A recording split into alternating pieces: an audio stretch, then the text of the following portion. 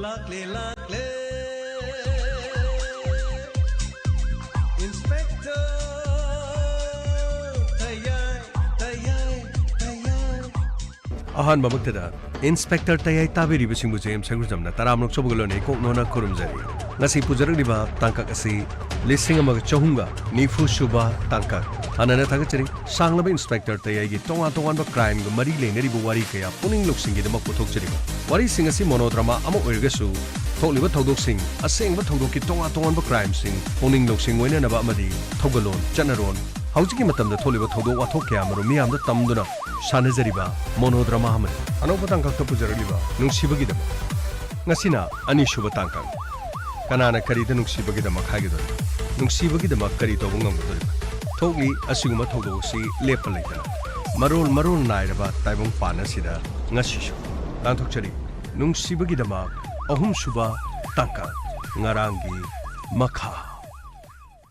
Mishri Pabunadi Magi Pijol Sitching they had Ibung Magi Pijol City quite the Lakumatamda Masiki Pijol Chilimana lit but Adugo Pabu Ojimatam the Katel the Topo Piron Machumanaba Aduga Pigi Song Sadamana was Cameron Aduga my tongue Sipabung Ibung Masak say in a Kamungam Dressune Pijol say Masi Yaudresu Masak Asida in a Kang Masi no my quid the lag each ano Babu Hangama Midden Aduga Magami Amagalapan Tonganda Sugari Makamber Kenomato Aina di Magi Mamana Banana Kalaga Aduga Babu Ningsimi Lami never meet the Masakanga Mamin Kanga Hibungo Maduma de Country the Senamang Masi Aina Singer of the Masi Imonu Bidugi Mapa Gopal Maxi Sangapanga Yamnasaw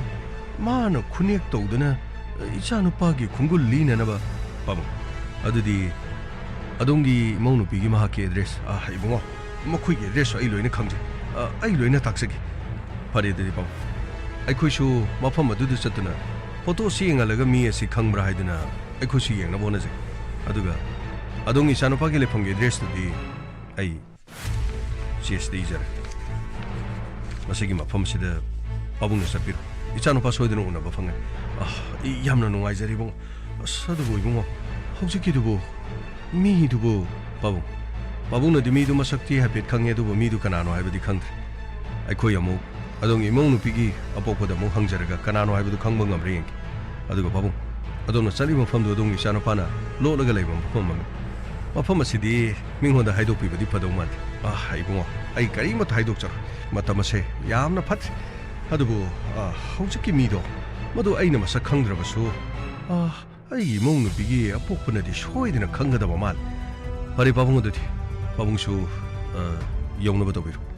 I quit an iPad and address and Saraga Mio Sikanano Carino have do a quick Kangam rings Aduga Babung 6 Babun Salibam from Maduda Adongi Sanopada so from Sitamiro Madudi Adongi Sanopana Masakandi Hariba Miaduna Adongi Yumdalaga Dongi Sanopabu Tivala Amihabo from City Adongi Sanopada so from Sweden at I showed in the Tamjagibon I Sanopabu Hangbalak Mido a sheep of Sahu in a Pangava Aduga I Sanopana so Masakandi have Adoni Pabu Yamna Luri Adongi Sanopada Power Quinatam with the Basu Maki Fall Sati Maramaduna Pabuno Wapamasi Karatamiro Panibungo I showed in the Tamjarunki Adodi Pabung Babungo Vivian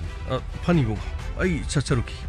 Screen on his Torizo So Nakandanamo Papa Namo Masati Valay as on the Namo Masana picnic mo the Mule Hoy Carino as Kangi Aduga Carino Masana Masakandi Mohai Aduga Mo So the Mapana Masakangi Moy Kanagi Moano Kuna logo to this Gamay Nupiduga Popa Mapa Gopal Sharma Mahana di Mo Mia si Kanglam Nabadi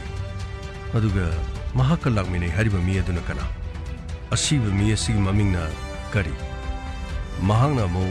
Kari Gitamata Kuman Mumana Bani Haiduna Tiramlaga Asiba Sang in a Panga Kangre the Sir Carino Wari si Manung the Carino Wari Amadi so I don't let him go to Malisar Amabori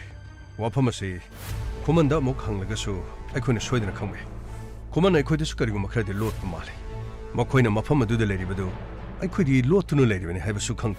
Hadubu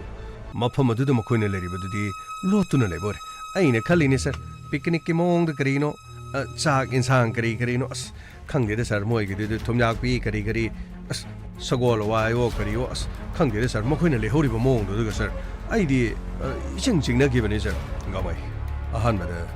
Gopal Sharma ꯎꯅꯔꯒ ꯑꯁꯤꯕꯁꯤ ꯀꯅꯥꯅꯣ ꯍꯥꯏꯕꯗꯨ ꯈꯪꯕ ꯉꯝꯔꯦꯡꯁꯤ ꯈ꯭ꯋꯥꯏꯗꯒꯤ ꯉꯛꯂꯤꯕꯗꯤ ꯍꯧꯖꯤꯛ ꯐꯥꯎꯕꯗ ꯑꯁꯤꯕ ꯃꯁꯥꯁꯤ social ꯃꯤꯗꯤꯌꯥꯗ ꯎꯠꯂ ꯐꯥꯎꯕꯗ ꯀꯅꯥꯒꯨꯝꯕ ꯑꯃꯠꯇ ꯊꯣꯛꯂꯛꯇꯕꯁꯤꯅꯤ ꯐꯔꯦ ꯌꯦꯡꯂꯁꯤ ꯃꯗꯨꯒꯤ ꯃꯈꯥ ꯇꯥꯔꯛꯄꯗ ꯑꯃꯨꯛ ꯈꯨꯃꯟꯒꯤ ꯃꯅꯥꯛꯇ ꯆꯠꯂꯒ ꯃꯤꯑꯣꯏ ꯑꯁꯤ ꯈꯨꯃꯟꯕꯨ ꯊꯤꯕ ꯂꯥꯛꯄ ꯃꯤꯑꯣꯏꯅꯤ ꯑꯗꯨꯒ ꯈꯨꯃꯟꯅ ꯃꯍꯥꯛꯄꯨ ꯈꯪꯗꯦ ꯍꯥꯏꯔꯤꯕꯁꯤ ꯀꯔꯤꯒꯤꯅꯣ ꯁꯥꯔ ꯑꯝꯇ ꯆꯪꯖꯔꯒꯦ ꯁꯥꯔ ꯁꯟꯇꯣꯁ ꯆꯪꯉꯨ ꯁꯥꯔ ꯁꯥꯔ ꯀꯣꯜ ꯗꯤꯇꯦꯜꯁ ꯔꯦꯀꯣꯔꯗ ꯁꯥꯔ ꯀꯗꯥꯏ ꯁꯥꯔ ꯈꯨꯃꯟꯒꯤ ꯀꯣꯜ ꯗꯤꯇꯦꯜꯁ ꯔꯦꯀꯣꯔꯗ ꯆꯤꯡꯊꯣꯛꯄꯗꯗꯤ ꯁꯥꯔ ꯁꯤꯗꯩꯗ ꯅꯝꯕꯔ ꯈꯔꯗꯤ ꯐꯪꯏ ꯑꯗꯨꯕꯨ ꯍꯥꯏꯔꯤꯕ ꯅꯝꯕꯔꯁꯦ ꯁꯥꯔ ꯒꯣꯔꯣꯕ ꯀꯧꯕ ꯃꯤꯑꯣꯏ ꯑꯃꯒꯤ ꯅꯝꯕꯔꯗꯤ ꯌꯥꯎ ꯀꯔꯤ ꯒꯣꯔꯣꯕ ꯑꯗꯨꯗꯤ ꯂꯩꯇ꯭ꯔꯤꯕ ꯃꯤꯁꯤ ꯒꯣꯔꯣꯕ ꯀꯧꯕ ꯖꯥꯠꯂꯥ ꯁꯥꯔ ꯃꯥꯒ ꯋꯥꯔꯤ ꯁꯥꯟꯅꯕ ꯃꯤ ꯑꯃꯗꯤ ꯑꯣꯏꯔꯝꯗꯧ ꯃꯥꯜꯂꯤ ꯑꯗꯨꯒ ꯁꯥꯔ ꯑꯩꯅ ꯑꯃꯨꯛ ꯒꯣꯔꯣꯕ ꯍꯥꯏꯕꯁꯤꯒꯤ ꯃꯥꯒꯤ ꯀꯣꯜ ꯗꯤꯇꯦꯜꯁꯤ ꯆꯤꯡꯊꯣꯛꯄꯗ ꯁꯥꯔ ꯁꯤꯗꯩꯗ ꯅꯝꯕꯔ ꯑꯃꯈꯛꯇꯤ ꯃꯃꯤꯡꯁꯤ ꯃꯣꯃꯣ ꯀꯧꯕ ꯃꯤ ꯑꯃꯗ ꯂꯩ ꯁꯥꯔ ꯁꯤꯒ ꯋꯥꯔꯤꯁꯤ ꯌꯥꯝ ꯀꯟꯅ ꯁꯥꯟꯅꯩ ꯑꯗꯨꯒ ꯅꯝꯕꯔ ꯑꯃꯁꯨ ꯁꯤꯗ ꯐꯪꯉꯤ ꯁꯥꯔ ꯀꯔꯤ ꯀꯣꯟꯗꯨꯝꯕ ꯍꯥꯏꯅ ꯃꯃꯤꯡ ꯂꯩꯕ ꯀꯔꯤ ꯀꯣꯟꯗꯨꯝꯕ ꯍꯥꯏꯕ ꯒꯣꯔꯣꯕꯒꯤ ꯅꯝꯕꯔꯗ ꯐꯪꯉꯤꯁꯤ ꯃꯣꯃꯣꯅꯦ ꯀꯣꯟꯗꯨꯝꯕꯅꯦ ꯑꯗꯨꯒ ꯒꯣꯔꯣꯕꯒ ꯈꯨꯃꯟꯒ ꯋꯥꯔꯤ ꯁꯥꯟꯅꯕ ꯃꯥꯅꯤ ꯁꯥꯔ ꯈꯨꯃꯟꯗ ꯀꯣꯜ ꯇꯧꯕꯒꯤ ꯅꯝꯕꯔꯁꯤ ꯂꯩꯔꯝꯃꯤ ꯈꯨꯃꯟꯒꯤ ꯑꯄꯣꯛꯄꯅ ꯍꯥꯏꯕꯗꯗꯤ ꯃꯍꯥꯛꯀꯤ ꯃꯆꯥꯅꯨꯄꯥ ꯊꯤꯕ ꯂꯥꯛꯑꯝꯃꯤꯕ ꯃꯤꯁꯤ ꯃꯥꯅꯗꯤ ꯃꯁꯛꯇꯤ ꯈꯪꯉꯤ ꯃꯃꯤꯡ ꯈꯪꯗꯦ ꯍꯥꯏꯕꯅꯤ ꯑꯗꯨꯒ ꯑꯁꯤꯕ ꯍꯛꯆꯥꯡꯁꯦ ꯑꯩꯈꯣꯏꯅ ꯈꯨꯃꯟꯗ ꯎꯍꯟꯕ ꯃꯇꯝꯗꯅ ꯈꯨꯃꯟꯅ ꯃꯤꯑꯣꯏꯁꯤ ꯈꯪꯗꯦ ꯍꯥꯏꯔꯤ ꯃꯥꯕꯨ ꯊꯤꯕ ꯂꯥꯛꯄ ꯃꯤꯗ ꯃꯥꯅ ꯈꯪꯗꯦ ꯍꯥꯏꯔꯤꯁꯤ ꯃꯄꯥꯗꯗꯤ ꯃꯍꯥꯛꯀꯤ ꯃꯃꯥꯟꯅꯕꯅꯤ ꯍꯥꯏꯔꯝꯃꯤ ꯀꯔꯤꯒꯨꯝꯕ ꯈꯔꯗꯤ ꯁꯥꯔ ꯑꯃꯇꯪ ꯀꯔꯤ ꯁꯥꯔ ꯁꯤꯗꯩꯗ ꯕ꯭ꯔꯤꯟꯗꯥꯒꯤꯁꯨ ꯃꯥꯒꯤꯁꯨ ꯃꯥꯒꯤ ꯀꯣꯜ ꯗꯤꯇꯦꯜꯁ ꯔꯦꯀꯣꯔꯗ ꯆꯦꯛꯇꯣꯏ ꯁꯥꯔ ꯕ꯭ꯔꯤꯟꯗꯥꯒꯤ ꯅꯝꯕꯔꯗꯁꯨ ꯁꯥꯔ ꯒꯣꯔꯣꯕꯒ ꯀꯣꯟꯗꯨꯝꯕꯒꯤ ꯅꯝꯕꯔꯁꯤ ꯑꯗꯨꯝ ꯌꯥꯎꯏ ꯀꯔꯤ ꯍꯥꯏꯕ ꯑꯗꯨꯗꯤ ꯃꯣꯃꯣꯗꯤ ꯁꯥꯔ ꯃꯣꯃꯣꯒꯤꯗꯤ ꯌꯥꯎꯗꯦ ꯀꯔꯤꯒꯨꯝꯕ ꯈꯔꯗꯤ ꯂꯩ ꯑꯦꯅꯤꯋꯦ ꯋꯥꯐꯝꯁꯤ ꯈꯨꯃꯟꯒ ꯕ꯭ꯔꯤꯟꯗꯥꯗ ꯃꯈꯣꯏꯅꯤ ꯍꯪꯕꯁꯨ ꯈꯔꯗꯤ ꯈꯪꯗꯧ ꯃꯥꯜꯂꯤ ꯑꯗꯨꯕꯨ ꯑꯩꯈꯣꯏ ꯍꯧꯖꯤꯛꯀꯤꯗꯤ ꯒꯣꯄꯥꯜ ꯁꯔꯃꯒꯤ ꯃꯅꯥꯛꯇ ꯆꯠꯂꯒ ꯂꯩꯇ꯭ꯔꯤꯕ ꯃꯤꯁꯤ ꯀꯅꯥꯅꯣ ꯍꯥꯏꯕ ꯈꯪꯕ ꯂꯩꯇ꯭ꯔꯤꯕ ꯃꯤꯁꯤ ꯀꯅꯥꯅꯣ ꯍꯥꯏꯕꯗꯨ ꯈꯪꯕ ꯉꯝꯔꯦꯡꯁꯤ ꯑꯗꯨꯒ ꯀꯣꯟꯗꯨꯝꯕ ꯑꯃꯗꯤ ꯒꯣꯔꯣꯕꯒꯤ ꯃꯇꯥꯡ ꯑꯃꯗꯤ ꯃꯣꯃꯣ ꯀꯅꯥꯅꯣ ꯍꯥꯏꯕꯗꯨ ꯈꯪꯕ ꯉꯝꯔꯦꯡꯁꯤ ꯆꯠꯅꯕ ꯇꯧꯁꯤ ꯀꯃꯥꯏ ꯁꯥꯔ ꯒꯥꯔꯤ ꯊꯧꯗꯣꯛꯆꯔꯒꯦ ꯁꯥꯔ ꯆꯠꯂꯣ ꯀꯔꯤꯅꯣ ꯈꯪꯗ꯭ꯔꯦꯗ ꯇꯧꯔꯤꯁꯤ ꯈꯨꯃꯟꯅꯁꯨ ꯈꯪꯗꯦ ꯀꯔꯤꯅꯣ ꯕ꯭ꯔꯤꯟꯗꯥꯅꯁꯨ ꯈꯪꯗꯦ ꯀꯔꯤꯅꯣ ꯃꯔꯛꯁꯤꯗ ꯀꯣꯟꯗꯨꯝꯕ ꯍꯥꯏꯕ꯭ꯔꯥ ꯒꯣꯔꯣꯕ ꯍꯥꯏꯕ꯭ꯔꯥ ꯀꯔꯤꯅꯣ ꯃꯣꯃꯣ ꯍꯥꯏꯕꯁꯨ ꯑꯃꯨꯛ ꯊꯣꯛꯂꯛꯏꯅꯦ ꯇꯧꯔꯤꯁꯤ ꯑꯁ ꯈꯪꯗ꯭ꯔꯦ ꯀꯦꯔꯦꯛꯇꯔꯁꯤꯁꯨ ꯃꯊꯪ ꯌꯥꯝꯁꯤꯜꯂꯛꯈ꯭ꯔꯦ ꯀꯃꯥꯏ ꯊꯦꯡꯈ꯭ꯔꯦꯅꯦ ꯐꯅꯤ ꯁꯥꯔ ꯄꯨꯈ꯭ꯔꯤꯗ ꯀꯔꯤꯅꯣ ꯀꯥꯗꯅ ꯂꯩꯔꯝꯃꯤꯗꯨꯅ ꯀꯅꯥꯅꯣꯁꯨ ꯈꯪꯗ꯭ꯔꯦ ꯀꯔꯤꯅꯣ ꯈꯪꯗ꯭ꯔꯦ ꯊꯧꯔꯣ ꯀꯃꯥꯏ ꯊꯧꯔꯣ ꯐꯅꯤ ꯁꯥꯔ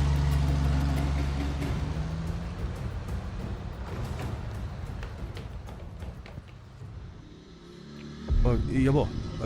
고로 볼래? 야네. 여보, 그이노 또 도이쇼. TV에 봐 티래. 까리마도 밖에 공굴리 부펑들. 마나 가다이 와이도는 젖크리지. 낭나 선풍 거럽 비르가 다 키버드다. 마게 홍나비. 여보, 까리마도네. 타전이 알리 부잖아. 타복 부시네 그러버디 타복도 또 오거네. 핵도 막. 아도부디 낭님이 니드나. ꯅꯪꯅ ꯇꯧꯕ ꯊꯕꯛꯄꯨ ꯀꯔꯤ ꯅꯥꯇꯩ ꯆꯥꯅꯒꯦ ꯍꯦꯔꯦꯕꯣ ꯑꯩꯅ ꯇꯧꯕꯗ ꯁꯣꯏꯕꯒꯤ ꯋꯥ ꯅꯠꯇꯦ ꯄꯨꯝꯅꯃꯛꯁꯦ ꯑꯗꯨꯝ ꯊꯕꯛ ꯇꯧꯕ ꯍꯥꯏꯕꯗꯤ ꯑꯗꯨꯝ ꯇꯧꯕ ꯌꯥꯔꯦ ꯄꯣꯠ ꯃꯉꯣꯟꯗ ꯁꯤꯟꯅꯈꯤꯕꯗꯨ ꯃꯤ ꯍꯥꯠꯂꯨꯆꯣꯅ ꯍꯥꯏꯕꯒꯤ ꯋꯥꯁꯨ ꯅꯠꯇꯦ ꯆꯤꯡꯅꯕ ꯃꯐꯝ ꯑꯃ ꯂꯩꯕꯗꯒꯤ ꯊꯥꯈꯤꯕꯒꯤ ꯋꯥꯅꯤ ꯊꯤꯕꯁꯨ ꯈꯪꯗꯦ ꯑꯗꯨꯒ ꯀꯔꯤꯅꯣ ꯍꯧꯖꯤꯛ ꯇꯧꯗꯣꯏꯁꯤꯕꯣ ꯑꯁ ꯃꯃꯥ ꯃꯄꯥꯗ ꯑꯩꯅ ꯄꯥꯎ ꯈꯔꯃꯨꯛ ꯄꯤꯔꯨꯕꯁꯨ ꯁꯤꯒꯦꯔ ꯆꯪꯒꯦꯔ ꯌꯨꯝꯗ ꯆꯪꯂꯛꯇ꯭ꯔꯗꯤ ꯐꯅꯤꯅ ꯑꯗꯨꯝ ꯍꯥꯏꯌꯣ ꯅꯪꯅ ꯂꯣꯏꯅꯕ ꯃꯤꯅꯤꯅ ꯌꯨꯝ ꯑꯗꯨꯗꯗꯤ ꯀꯔꯤꯁꯨ ꯃꯁꯤꯡ ꯊꯥꯕ ꯅꯠꯇꯦ ꯌꯥꯃꯣ ꯑꯗꯨ ꯑꯣꯏꯔꯁꯨ ꯃꯃꯥꯅꯤ ꯃꯄꯥꯅꯤ ꯃꯆꯥꯒꯤ ꯈꯨꯡꯒꯨꯜ ꯂꯤꯅꯅꯕ ꯍꯥꯏꯐꯦꯠ ꯍꯥꯏꯔꯨꯕꯗꯨꯕꯨ ꯃꯤ ꯑꯣꯏꯕꯩ ꯋꯥ ꯉꯥꯡꯇꯦ ꯀꯗꯥꯏꯗꯒꯤ ꯉꯥꯡꯀꯅꯤꯒꯦ ꯅꯣꯏꯅ ꯆꯥꯔꯤꯕ ꯊꯛꯏꯕ ꯃꯌꯥꯝꯗꯨꯕꯨ ꯅꯠꯇꯦ ꯀꯅꯥꯅ ꯌꯥꯗꯣꯏꯅꯣ ꯑꯗꯨꯕꯨ ꯃꯍꯥꯛ ꯑꯃ ꯊꯤꯕ ꯈꯪꯈꯤꯗꯕꯗꯨꯗꯤ ꯑꯩꯉꯣꯟꯗꯗꯤ ꯀꯔꯤꯝꯇ ꯆꯪꯗꯦ ꯑꯩꯅ ꯍꯧꯖꯤꯛ ꯋꯥꯔꯤꯕꯗꯤ ꯕ꯭ꯔꯤꯟꯗꯥ ꯀꯗꯥꯏꯗ ꯂꯩꯒꯦ ꯍꯥꯏꯕꯁꯦ ꯍꯧꯖꯤꯛ ꯐꯥꯎꯕ ꯆꯞ ꯆꯥꯅ ꯈꯪꯗꯕꯁꯦ ꯑꯄꯣꯛꯄ ꯃꯄꯥꯅ ꯃꯔꯣꯜ ꯑꯃ ꯑꯩꯅ ꯋꯥꯐꯝ ꯑꯁꯤ ꯉꯟꯅ ꯇꯝꯕ ꯃꯇꯝꯗꯗꯤ ꯊꯥꯖꯗ꯭ꯔꯒ ꯍꯧꯖꯤꯛ ꯈꯛꯇ ꯑꯩꯉꯣꯟꯗ ꯃꯆꯥꯒꯤ ꯈꯣꯡꯒꯨꯜ ꯂꯤꯌꯨ ꯍꯥꯏꯗꯨꯅ ꯁꯦꯜ ꯈꯔ ꯄꯤꯔꯒ ꯑꯗꯨꯕꯨ ꯈꯨꯃꯟ ꯅꯪꯕꯨ ꯑꯩꯅ ꯊꯦꯡꯅꯕ ꯃꯐꯝꯗꯗꯤ ꯑꯩꯅ ꯂꯦꯝꯅ ꯈꯛ ꯊꯥꯔꯣꯏ ꯍꯥꯏꯕꯁꯦ ꯌꯥꯃꯣ ꯍꯦꯛꯇ ꯐꯤꯡꯒꯠꯄꯤꯒꯅꯨ ꯌꯥꯃꯣ ꯅꯅꯥꯎ ꯑꯩꯈꯣই ꯂꯩꯖꯔꯤꯁꯦ ꯑꯗꯨꯝ ꯑꯩꯈꯣꯏ ꯑꯗꯨꯝ ꯇꯞꯅ ꯑꯗꯨꯝ ꯍꯣꯠꯅꯖꯒꯦꯗ ꯒꯣꯔꯣꯕꯥ ꯅꯈꯣꯏꯅ ꯊꯤꯕꯗ ꯄꯥꯛ ꯐꯪꯂꯔꯣꯏ ꯊꯕꯛ ꯑꯁꯤ ꯑꯩꯅ ꯃꯄꯥꯟ ꯊꯣꯛꯅ ꯇꯧꯅꯤꯡꯗꯕꯒꯤ ꯇꯧꯕꯅꯤ ꯑꯩ ꯇꯁꯦꯡꯅ ꯂꯥꯛꯀꯗꯧꯔꯤꯕ ꯏꯂꯦꯛꯁꯟꯁꯤꯗ ꯑꯩ ꯚꯣꯠ ꯌꯥꯎꯒꯦ ꯍꯥꯏꯗꯨꯅ ꯑꯩꯅ ꯈꯟꯕꯒꯤꯅꯤ ꯃꯗꯨ ꯅꯠꯇꯕ ꯇꯥꯔꯕꯗꯤꯅꯦ ꯑꯩꯅ ꯃꯥꯡꯗ ꯆꯣꯡꯊꯣꯛꯇꯨꯅ ꯇꯧꯔꯕꯗꯤ ꯀꯔꯤꯁꯨ ꯑꯣꯏꯔꯣꯏꯗꯕꯅꯤ ꯌꯥꯃꯣ ꯑꯗꯨꯒꯤꯗꯤ ꯀꯩꯁꯨ ꯈꯟꯕꯤꯗꯦ ꯌꯥꯃꯣ ꯅꯅꯥꯎ ꯑꯩꯈꯣꯏ ꯂꯩꯔꯤꯁꯦ ꯒꯣꯔꯣꯕ ꯍꯥꯏꯈ꯭ꯔꯗꯤ ꯂꯣꯏꯔꯦ ꯒꯣꯔꯣꯕꯅ ꯇꯪꯈꯥꯏ ꯑꯃ ꯑꯗꯨꯝ ꯄꯨꯗꯧ ꯂꯩꯔꯦ ꯅꯤꯁꯥ ꯆꯥꯕ ꯉꯥꯎꯁꯤꯟꯅꯕꯗ ꯑꯩꯈꯣꯏ ꯃꯌꯥꯝꯅ ꯑꯩꯒꯤ ꯚꯣꯠ ꯌꯥꯎꯒꯗꯧꯔꯤꯕꯅꯤ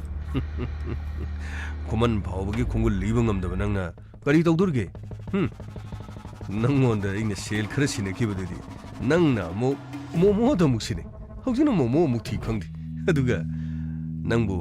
ꯃꯣꯃꯣꯗ ꯌꯥꯝ ꯊꯥꯖꯗꯥꯏꯅꯦ ꯑꯁ ꯌꯥꯃꯣ ꯌꯥꯝꯅ ꯐꯈ꯭ꯔꯕ ꯑꯉꯥꯡꯅꯤꯗ ꯈꯤꯇꯪ ꯆꯥꯁꯤꯟ ꯊꯛꯆꯤꯟꯈ꯭ꯔꯒ ꯈꯤꯇꯪ ꯇꯔꯪ ꯃꯔꯪ ꯆꯠꯂꯦ ꯍꯥꯏꯕꯒꯤ ꯋꯥꯅꯤ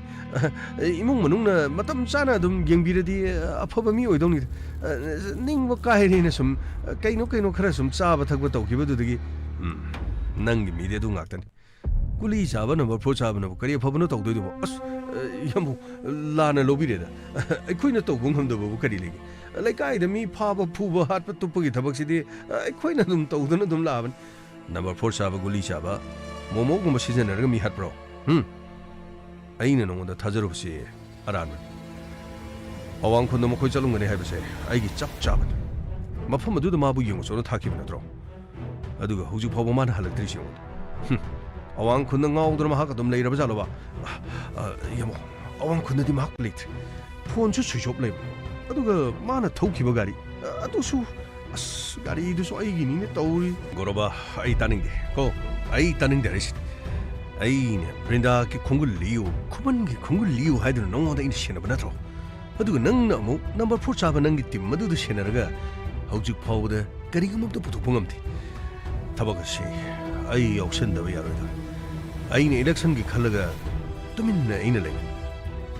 ꯑꯩ ꯊꯕꯛꯇ ꯀꯔꯤꯒꯨꯝꯕ ꯐꯠꯇꯕ ꯏꯃꯦꯖ ꯑꯃ ꯇꯥꯈ꯭ꯔꯕꯗꯤ ꯂꯥꯛꯀꯗꯧꯔꯤꯕ ꯏꯂꯦꯛꯁꯟꯁꯤꯗ ꯑꯩꯕꯨ ꯃꯥꯏꯊꯤꯅꯕꯒꯤ ꯃꯆꯥꯛ ꯑꯃ ꯑꯣꯏꯒꯅꯤ ꯈꯟꯕꯒꯤ ꯑꯩꯅ ꯇꯧꯕꯒꯤ ꯋꯥꯅꯤ ꯅꯈꯣꯏꯗ ꯁꯤꯟꯅꯕ ꯊꯕꯛ ꯑꯃꯇ ꯅꯥꯊꯩ ꯆꯥꯒꯗꯕ ꯂꯩꯇꯦ ꯑꯃꯔꯣꯝꯗꯅ ꯉꯥꯏꯍꯥꯛ ꯂꯩꯇꯦ ꯑꯩꯒ ꯒꯣꯄꯥꯜꯅ ꯐꯣꯟ ꯇꯧꯔꯛꯂꯤꯕ ꯑꯩꯉꯣꯟꯗ ꯃꯆꯥꯒꯤ ꯈꯣꯡꯒꯨꯜ ꯂꯤꯌꯨ ꯈꯨꯃꯟꯕꯨ ꯐꯥꯔꯒ ꯂꯣꯏꯁꯤꯟꯈꯣ ꯌꯥꯔꯕꯗꯤ ꯈꯨꯃꯟꯕꯨ ꯇꯞ ꯇꯥꯕ ꯃꯈꯩ ꯍꯥꯠꯇ꯭ꯔꯕꯁꯨ ꯐꯨꯗꯦꯛꯂꯒ ꯍꯨꯟꯗꯣꯛꯂꯒ ꯊꯝꯃꯝꯈꯣ ꯍꯥꯏꯗꯨꯅ ꯑꯩꯉꯣꯟꯗ ꯁꯤꯟꯅꯔꯛꯂꯤꯕ ꯋꯥꯐꯝ ꯑꯗꯨꯗꯤ ꯌꯥꯝꯕꯨ ꯃꯐꯝꯗꯨꯕꯨ ꯈꯪꯉꯗꯤ ꯌꯥꯝꯕꯨꯡꯅ ꯅꯠꯇ꯭ꯔꯁꯨ ꯑꯩꯈꯣꯏꯅ ꯑꯗꯨꯝ ꯇꯧꯗꯧ ꯂꯩꯔꯦꯗ ꯅꯅꯥꯎ ꯑꯩꯈꯣꯏ ꯂꯩꯖꯔꯤꯕꯨ ꯌꯥꯝꯕꯨ ꯌꯥꯔꯦ ꯅꯈꯣꯏꯗ ꯀꯔꯤꯒꯨꯝꯕ ꯑꯃꯠꯇ ꯊꯥꯖꯕ ꯌꯥꯕ ꯅꯠꯇꯦ ꯑꯗꯨꯛ ꯂꯨꯕ ꯋꯥꯐꯝ ꯑꯃ ꯁꯤꯟꯅꯔꯒ ꯍꯧꯖꯤꯛ ꯐꯥꯎꯕꯗ ꯅꯪꯅ ꯃꯣꯃꯣ ꯊꯤꯕ ꯈꯪꯗꯦ ꯍꯥꯏꯗꯨꯅ ꯂꯩ ꯁꯦꯜ ꯈꯔ ꯎꯔꯕꯗꯤ ꯁꯣꯏꯗꯅ ꯃꯈꯨꯠꯇ ꯒꯨꯂꯤ ꯈꯔ ꯅꯝꯕꯔ 4 ꯈꯔ ꯆꯥꯁꯤꯜꯂꯒ ꯈꯨꯠꯊꯥ ꯆꯥꯗ꯭ꯔꯕꯗꯤ ꯅꯪꯒꯤ ꯒꯥꯔꯤ ꯐꯥꯎꯕ ꯄꯨꯗꯨꯅ ꯂꯥꯛꯂꯤꯕꯗꯨ ꯑꯇꯣꯞꯄ ꯃꯐꯝ ꯑꯃꯗ ꯂꯩꯔꯒ ꯒꯥꯔꯤꯗꯨ ꯌꯣꯟꯊꯣꯛꯂꯝꯂꯒ ꯅꯝꯕꯔ 4 ꯆꯥꯗꯅ ꯂꯩꯔꯝꯕ꯭ꯔꯥ ꯍꯥꯏꯕꯁꯨ ꯈꯪꯗꯦ ꯌꯥꯝꯕꯨ ꯃꯗꯨꯃꯛꯇꯤ ꯇꯧꯔꯣꯏꯗ ꯃꯗꯨ ꯇꯧꯔꯒꯗꯤ ꯃꯥꯒꯤ ꯃꯥꯡꯖꯕꯅꯤ ꯀꯩꯅꯣ ꯒꯥꯔꯤ ꯌꯣꯜꯂꯒ ꯃꯥꯅ ꯅꯝꯕꯔ 4 ꯆꯥꯔꯨꯅꯤ ꯑꯗꯨꯒꯤ ꯃꯈꯥ ꯇꯥꯔꯛꯄꯗꯗꯤ ꯀꯔꯤꯅꯣ ꯃꯥ ꯆꯥꯗꯣꯏꯕ ꯃꯥꯒꯤꯗꯃꯛꯇ ꯋꯥꯠꯇꯅꯕ ꯑꯩꯈꯣꯏꯅ ꯄꯤꯔꯤꯕ ꯑꯗꯨꯒ ꯄꯨꯝꯅꯃꯛꯁꯤꯡ ꯑꯁꯤ ꯌꯥꯔꯦ ꯑꯩ ꯇꯥꯕ ꯄꯥꯝꯗ꯭ꯔꯤ ꯅꯪꯅ ꯇꯧꯒꯦ ꯍꯥꯏꯔꯒꯅ ꯃꯣꯃꯣꯒꯤ ꯋꯥꯗꯨ ꯇꯣꯛꯂꯒ ꯑꯋꯥꯡ ꯈꯨꯟꯂꯣꯝꯗ ꯆꯠꯂꯒ ꯃꯐꯝ ꯑꯗꯨꯗ ꯌꯨꯝꯊꯣꯡ ꯈꯨꯗꯤꯡ ꯆꯪꯗꯨꯅ ꯈꯨꯃꯟ ꯑꯃꯗꯤ ꯕ꯭ꯔꯤꯟꯗꯥꯕꯨ ꯀꯣꯏꯊꯤ ꯊꯤꯌꯨ ꯑꯆꯪꯕ ꯁꯦꯟꯐꯝ ꯑꯩꯉꯣꯟꯗ ꯍꯥꯏꯔꯛꯎ ꯅꯣꯡꯃꯩ ꯄꯥꯝꯂꯕꯁꯨ ꯊꯥꯡ ꯇꯦꯟ ꯄꯥꯝꯂꯕꯁꯨ ꯃꯤ ꯋꯥꯠꯂꯕꯁꯨ ꯍꯥꯏꯌꯨ ꯑꯩ ꯕ꯭ꯔꯤꯟꯗꯥ ꯄꯥꯝꯃꯦ ꯑꯩꯒꯤ ꯏꯅꯥꯛꯇ ꯕ꯭ꯔꯤꯟꯗꯥꯅ ꯂꯦꯞꯄꯗꯨ ꯄꯥꯝꯃꯦ ꯌꯥꯝꯕꯨ ꯄꯨꯝꯅꯃꯛꯇꯨ ꯑꯗꯨꯝ ꯍꯣꯠꯅꯖꯒꯦ ꯑꯗꯨ ꯑꯩꯅ ꯉꯛꯆꯕ ꯑꯃꯈꯛꯇꯤ ꯂꯩꯗꯤ ꯂꯩꯖꯔꯤ ꯀꯔꯤ ꯋꯥꯅꯣ ꯍꯣꯠꯅꯔꯤꯕ ꯄꯨꯝꯅꯃꯛꯁꯤ ꯁꯣꯝꯗꯗꯤ ꯕ꯭ꯔꯤꯟꯗꯥꯕꯨ ꯊꯤꯕꯒꯤ ꯅꯃꯥꯗ ꯌꯥꯝꯕꯨꯡꯅꯗꯤ ꯀꯟꯅ ꯍꯣꯠꯅꯕ ꯑꯗꯣ ꯇꯁꯦꯡꯅꯗꯤ ꯈꯨꯃꯟꯗꯤ ꯃꯩꯇꯩꯅꯤ ꯈꯨꯃꯟꯗ ꯕ꯭ꯔꯤꯟꯗꯥꯅ ꯆꯦꯜꯂꯤ ꯍꯥꯏꯕꯒꯤꯗꯃꯛ ꯑꯩꯒꯥ ꯒꯣꯄꯥꯜ ꯁꯔꯃꯅꯗꯤ ꯁꯥꯎꯔꯤ ꯁꯣꯝꯗꯅ ꯑꯃꯨꯛ ꯌꯥꯝꯕꯨꯡꯅ ꯑꯃꯨꯛ ꯕ꯭ꯔꯤꯟꯗꯥꯒꯤ ꯃꯪ ꯑꯃ ꯃꯪꯕꯗꯧꯅ ꯇꯧꯕꯁꯤꯗ ꯌꯥꯝꯕꯨꯡꯁꯨ ꯃꯩꯇꯩꯅꯤ ꯑꯗꯣ ꯈꯨꯃꯟꯗ ꯌꯥꯗ꯭ꯔꯒ ꯌꯥꯝꯕꯨꯡꯒ ꯕ꯭ꯔꯤꯟꯗꯥꯒ ꯃꯇꯧ ꯀꯔꯝꯅ ꯃꯗꯨ ꯑꯩꯒꯤ ꯊꯧꯅꯤ ꯅꯈꯣꯏꯒꯤ ꯅꯊꯧ ꯅꯠꯇꯦ ꯁꯦꯜꯅ ꯉꯝꯗꯕ ꯀꯔꯤꯁꯨ ꯂꯩꯇꯦ ꯑꯩꯉꯣꯟꯗ ꯑꯋꯥꯠꯄ ꯀꯔꯤꯁꯨ ꯂꯩꯇꯦ ꯃꯗꯨ ꯄꯨꯝꯅꯃꯛꯇꯣ ꯑꯩꯒꯥ ꯒꯣꯄꯥꯜꯅ ꯄꯨꯝꯅꯃꯛ ꯈꯪꯉꯤ ꯑꯩꯉꯣꯟꯗ ꯁꯤꯟꯅꯔꯛꯂꯤꯕꯁꯤꯡ ꯑꯁꯤ ꯑꯩꯉꯣꯟꯗ ꯊꯥꯖꯕ ꯂꯩꯕꯒꯤꯅꯤ ꯑꯗꯨꯒ ꯃꯈꯣꯏꯒꯤ ꯏꯃꯨꯡꯗ ꯑꯩꯅ ꯉꯥꯏꯍꯥꯛ ꯂꯩꯇ ꯆꯪꯂꯤꯕ ꯃꯈꯣꯏꯒꯤ ꯏꯃꯨꯡꯗ ꯃꯇꯦꯡ ꯄꯥꯡꯂꯤꯕꯗꯨ ꯀꯔꯤꯒꯤꯗꯃꯛꯇꯅꯣ ꯕ꯭ꯔꯤꯟꯗꯥ ꯂꯩꯕꯒꯤꯗꯃꯛꯇ ꯕ꯭ꯔꯤꯟꯗꯥꯒ ꯑꯩꯒ ꯃꯔꯤ ꯂꯩꯅꯅꯕꯒꯤꯗꯃꯛꯇꯅꯤ ꯃꯗꯨ ꯄꯨꯝꯅꯃꯛꯇꯨ ꯙꯔꯃ ꯖꯥꯠ ꯕꯤꯖꯥꯠ ꯃꯄꯥꯅ ꯑꯩꯉꯣꯟꯗ ꯀꯔꯤꯁꯨ ꯌꯦꯡꯒꯗꯕ ꯂꯩꯇꯦ ꯑꯩꯒꯤ ꯃꯥꯡꯗꯗ ꯂꯦꯞꯍꯜꯂꯣ ꯑꯩꯒꯤ ꯃꯥꯡꯗꯗ ꯃꯈꯣꯏ ꯂꯩꯕ ꯃꯇꯝꯗ ꯄꯨꯝꯅꯃꯛꯁꯤꯡ ꯑꯗꯨꯗꯤ ꯑꯩꯅ ꯂꯣꯏꯅ ꯁꯤꯟꯒꯅꯤ ꯍꯧꯖꯤꯛ ꯅꯣꯡꯃꯇꯪ ꯑꯣꯏꯔꯕꯁꯨ ꯑꯩꯅ ꯕ꯭ꯔꯤꯟꯗꯥꯕꯨ ꯑꯩꯒꯤ ꯂꯣꯏꯅꯕꯤ ꯑꯣꯏꯒꯅꯤ mahak chamrak chelurabashu numit kayani atoppa nupaga leirurabashu aina brindabu de khak thadoloi aina brindabu khak thadoloi hariba pani yam koi phanaba dum chinjage yam ado yam thaba inkhangi she pasalo kayano yam yam yani yam awara pa mu matungda chalo madugi de mokaisu khalum thaba adu mai palo kuman bu thengnaba mafamda mahakpu pharaga purpa natraga mahakna leiriba mafam adu aingonda hayo mafam adu de aina mabu soidana rokhatkani aduga brindabudi pare ai thabak pangthokpa pame handamo tabak adu soirabadi yamu kaisu wabironuda ai sidagidi ai angang khara tawraga ai nangi chaba thakpa hidak buli aduga number 4 chaba singa natradi atoppa leitrabro yamu kaisu tawroida thudoppa ai adum chinjage yani aduga mi thibo khangi heduna momogi khungul line nabagi aina nangod shan piba nate brindage khungul liba kumangi khungul libadani chalo awang khunda chalaga yum thong khuding da chalaga mahak pathiyo aduna trabadi ai le pham chapang khangoi ai ga nang hak leite ngoda call tawra ai halaktre haiduna mahana message thadala somdana aina karigum amatangam da saduna leibasina ishasi leibe yadre phani yamo kaishu wabironi yamo sidagidi thabak koina ai soidana pangdok charag aduga ai makha soidana haijarag chalo thabak mai palo paudu tamo phani yamo ai gi number topadoni ko phani yam tangjarke chacharge moduri phari chalo kaya koina nangna load ka dora yengba tare dana brinda moi pabong karino tawgodor sibo ta chanu pisibo amuk to khogol lina ba tawchida karino moi pabong na tomina dum laisali sibo kondum mate sinaraga karibo tawgodorige ai na kondum ba sinari badu maram leibagini haujik timi no ikhraba na chanu pidi yum masida mo halak pui wakan khaloro mana yum masida halaga kari tawgodorige ai mai su khajik ti yengda ba ai na mongonda kaya thajaru aduga ai ni yada ba mafam madu da mahak moi pabong adubo pharasu phatrasu na chanu pin karino hojipu aikoina hanatuna yengdradi kamdong mana de khoibu karima ta khandraga aikoina kari yengadoribano aina mabu nungai ai phaba mafam amada thajage khanma aduga aina sillibadu inget khajiktang ukibadagi ai mayok leplibani mana ai mayok leplabani aina sumagi mayok leppa taba natro khangde de moi pabung kanagi mawa logadorino ai imung asidane ai sida seasoning da ai kari matane ai tumele banano police gari laina kari gino moi pabung police lai bisibo phatanung daga kari yaro jala ngai khom to tumele kari no makhoi lak pui marash kari to yaro jana to risibo pabung kari no se yum se pabung kari no ega gopan gi yum oibani go kari no ni sina kari no pabung aina maron khoi beste pabung nga amale pabung kari no akoi police ne stay da kari no adongi chanu pi brinda samang ke hebra kari nom sutai kari no pabung no so police complaint taw da bo male atopa police station da kon bagi da kari no khangre pabung akoi na laksari si kari no bungo akoi di chanu pi mang kre haiduna akoi na thijen khibadi kari su leiti pabung akoi laksari bi se kari mun tang ye laksaba shigi asibaji khango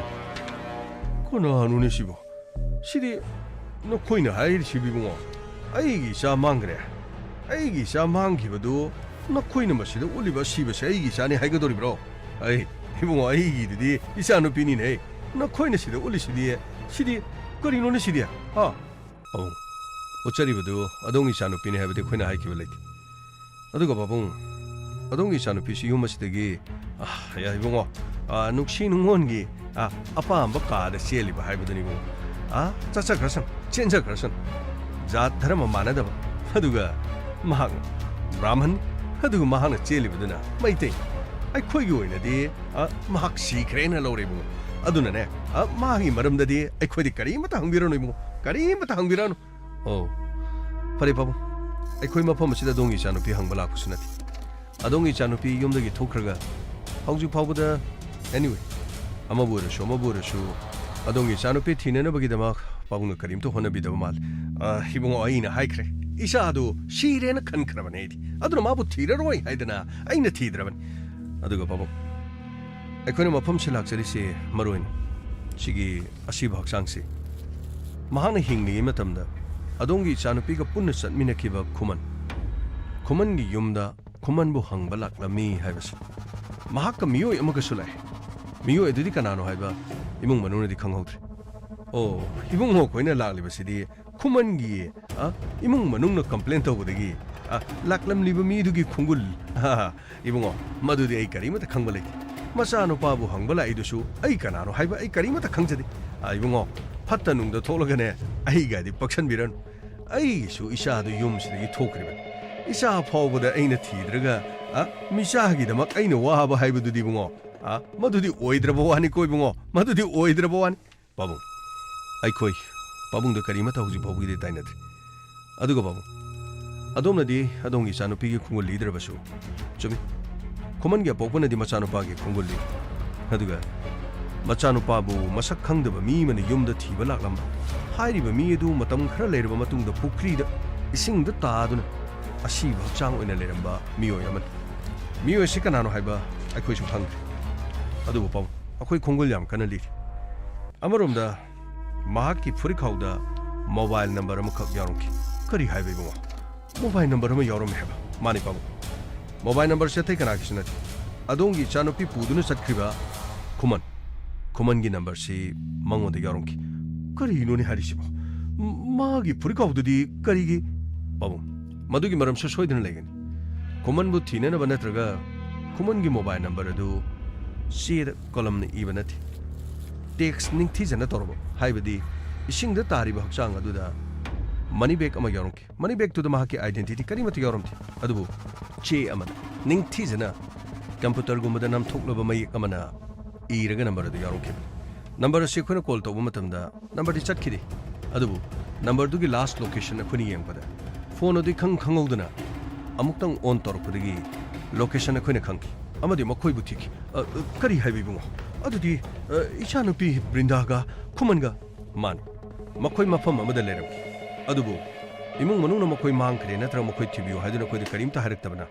akhoi di chumnatagi number dugi khongul likiba kakdan aduri bungo makhoi gi leifam hoi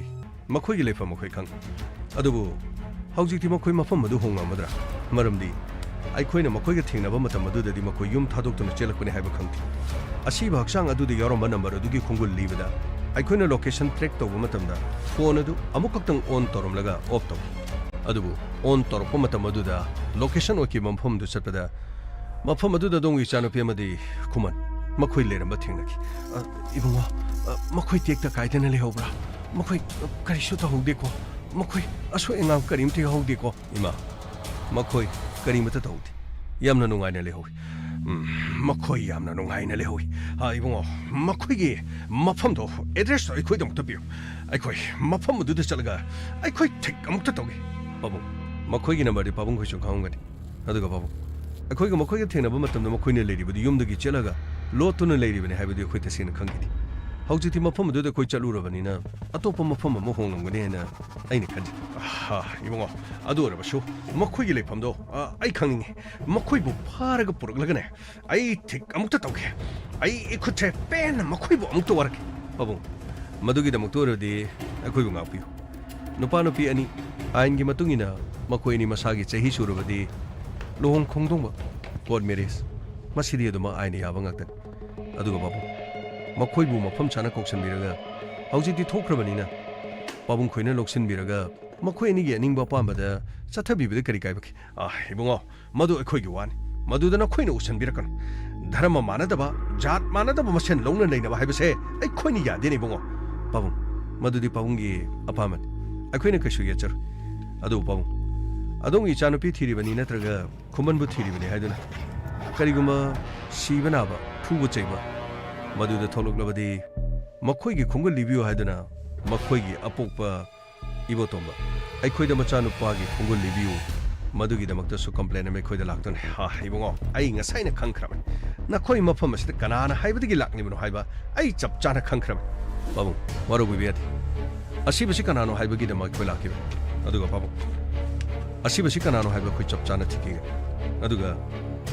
ꯃꯍꯥꯛꯀꯤ ꯅꯝꯕꯔꯗ ꯑꯩꯈꯣꯏꯅ ꯈꯣꯡꯒꯨꯜꯂꯤꯕ ꯃꯇꯝꯗ ꯀꯣꯟꯗꯨꯝꯕ ꯑꯃꯗꯤ ꯒꯣꯔꯣꯕ ꯃꯈꯣꯏꯅꯤꯒꯤ ꯅꯝꯕꯔꯁꯨ ꯐꯪꯈꯤ ꯄꯥꯕꯨꯡꯅ ꯈꯪꯕꯤꯔꯕꯗꯤ ꯀꯣꯟꯗꯨꯝꯕ ꯀꯅꯥꯅꯣ ꯒꯣꯔꯣꯕ ꯀꯅꯥꯅꯣ ꯀꯔꯤ ꯏꯕꯨꯡꯉꯣ ꯃꯈꯣꯏꯗꯤ ꯀꯔꯤꯒꯤ ꯃꯈꯣꯏ ꯃꯣꯃꯣ ꯍꯥꯏꯔꯤꯕꯁꯤꯒ ꯋꯥꯔꯤ ꯁꯥꯟꯅꯕ ꯑꯗꯣꯝꯒꯤ ꯏꯆꯥꯅꯨꯄꯤꯒꯤ ꯅꯝꯕꯔꯗꯁꯨ ꯀꯣꯟꯗꯨꯝꯕ ꯒꯣꯔꯣꯕ ꯋꯥꯔꯤ ꯁꯥꯟꯅꯕꯒꯤ ꯌꯥꯎꯔꯤ ꯑꯗꯨꯕꯨ ꯑꯁꯤꯕ ꯃꯁꯥ ꯑꯁꯤꯗꯤ ꯑꯗꯣꯝꯒꯤ ꯏꯆꯥꯅꯨꯄꯤ ꯑꯃꯗꯤ ꯈꯨꯃꯟꯗ ꯎꯍꯟꯕ ꯃꯇꯝꯗ ꯃꯈꯣꯏꯅꯁꯨ ꯀꯅꯥꯅꯣ ꯍꯥꯏꯕ ꯈꯪꯗꯦ ꯑꯃ ꯑꯣꯏꯔꯦ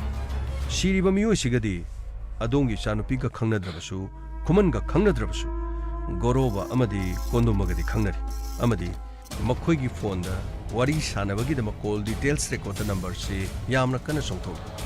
ꯃꯣꯃꯣ ꯍꯥꯏꯔꯤꯕ ꯃꯤꯑꯣꯏ ꯑꯁꯤꯅ ꯀꯅꯥꯅꯣ ꯍꯥꯏꯕꯗꯨ ꯑꯩꯈꯣꯏ ꯈꯪꯕ ꯄꯥꯝꯃꯤ ꯑꯗꯨꯒ ꯁꯤꯔꯤꯕ ꯃꯤ ꯑꯁꯤꯅ ꯀꯅꯥꯅꯣ ꯍꯥꯏꯕꯗꯨꯁꯨ ꯈꯪꯅꯤꯡꯉꯤ ꯄꯥꯕꯨꯡꯅ ꯃꯣꯃꯣ ꯈꯪꯂꯕ ꯒꯣꯔꯣꯕ ꯈꯪꯂꯕ ꯑꯗꯨꯒ ꯀꯣꯟꯗꯨꯝꯕ ꯈꯪꯂꯒꯗꯤ ꯑꯩꯈꯣꯏꯗ ꯑꯃꯨꯛꯇ ꯍꯥꯏꯕꯤꯌꯨ ꯏꯕꯨꯡꯉꯣ ꯃꯗꯨ ꯑꯩ ꯃꯈꯣꯏꯒꯗꯤ ꯊꯣꯏꯅ ꯈꯪꯅꯕꯗꯤ ꯂꯩꯇꯦ ꯄꯥꯕꯨꯡ ꯀꯔꯤꯁꯨ ꯀꯥꯏꯕ ꯂꯩꯇꯦ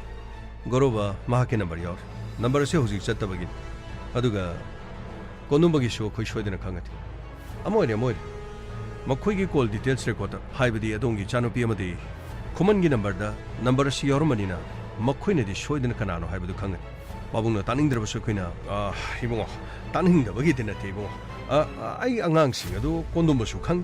ꯒꯣꯔꯣꯕꯁꯨ ꯈꯪ ꯑꯗꯨꯕꯨ ꯑꯩꯒ ꯃꯣꯏꯒ ꯋꯥꯔꯤ ꯁꯥꯟꯅꯗꯦ ꯑꯩꯒ ꯃꯣꯏꯒ ꯄꯨꯟꯗꯦ ꯍꯥꯏꯕꯒꯤ ꯋꯥꯅꯤ ꯄꯥꯕꯨꯡꯒꯤ ꯅꯝꯕꯔ ꯑꯃꯨꯛꯇꯪ ꯂꯧꯖꯒꯦ ꯑꯩꯒꯤ ꯅꯝꯕꯔꯗꯤ ꯀꯔꯤꯒꯤꯅꯤꯅ ꯏꯕꯨꯡꯉꯣ ꯅꯝꯕꯔꯗꯨ ꯑꯩꯈꯣꯏ ꯇꯉꯥꯏꯐꯗꯕ ꯄꯥꯎ ꯂꯩꯔꯁꯨ ꯑꯩꯈꯣই ꯄꯤꯖꯔꯛꯀꯦ ꯁꯟꯇꯣꯁ ꯁꯔ ꯄꯥꯕꯨꯡ ꯅꯝꯕꯔꯗꯨ ꯁꯤꯗ ꯑꯝꯇ sida leire nungaijare pabung pare pabung adudi akhoi muk chacharuki ibungo adudi isha nupiga khuman gi leifam pabung na afaba thabak tawgadabadi mandi makhoibu ibungo ai karimata tawroi ibungo